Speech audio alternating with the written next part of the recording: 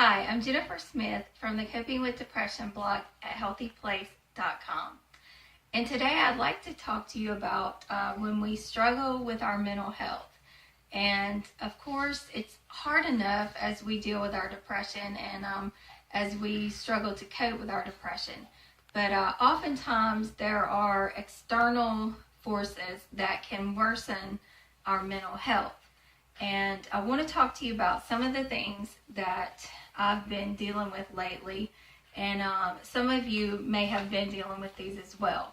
Some of the news stories that we've been seeing broadcast in almost every direction we turn lately have caused me to regress in some ways in my depression recovery. And also, I've had some life events that have happened lately as well. And these combination of things have really turned me into just honestly a mess in a lot of ways. And I've had to be honest and speak with both my therapist and psychiatrist about the struggles that I'm having. My gut reaction, of course, was to just keep things to myself because I was ashamed to admit that after all this time of doing so well that I was having a backwards movement in my recovery, but I knew that that would be detrimental to my health. So I took the steps that were needed, and I talked with my therapist and my psychiatrist. One of the things that I was struggling with as far as symptoms or consequences of dealing with so much and working backwards in my recovery actually was zoning out and having a lot of trouble focusing on things in my day-to-day life.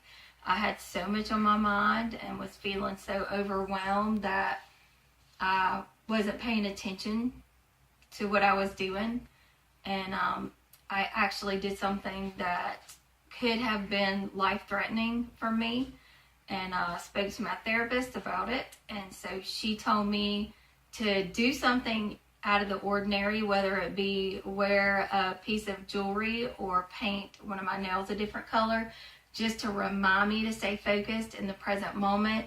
So what I've done is to wear this ring, which is not one that I would typically wear, and so I will just twirl it around or touch it, rub it like that when I feel myself starting to go out of the present moment.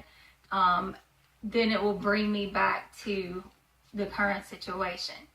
I spoke with my psychiatrist actually today and told him that I was dealing with regressing in a lot of ways, that I was not sleeping as well at night again. I was feeling more tired than usual, feeling sadder than usual, also feeling more anxious, feeling jumpy about certain things due to news stories that I've seen lately.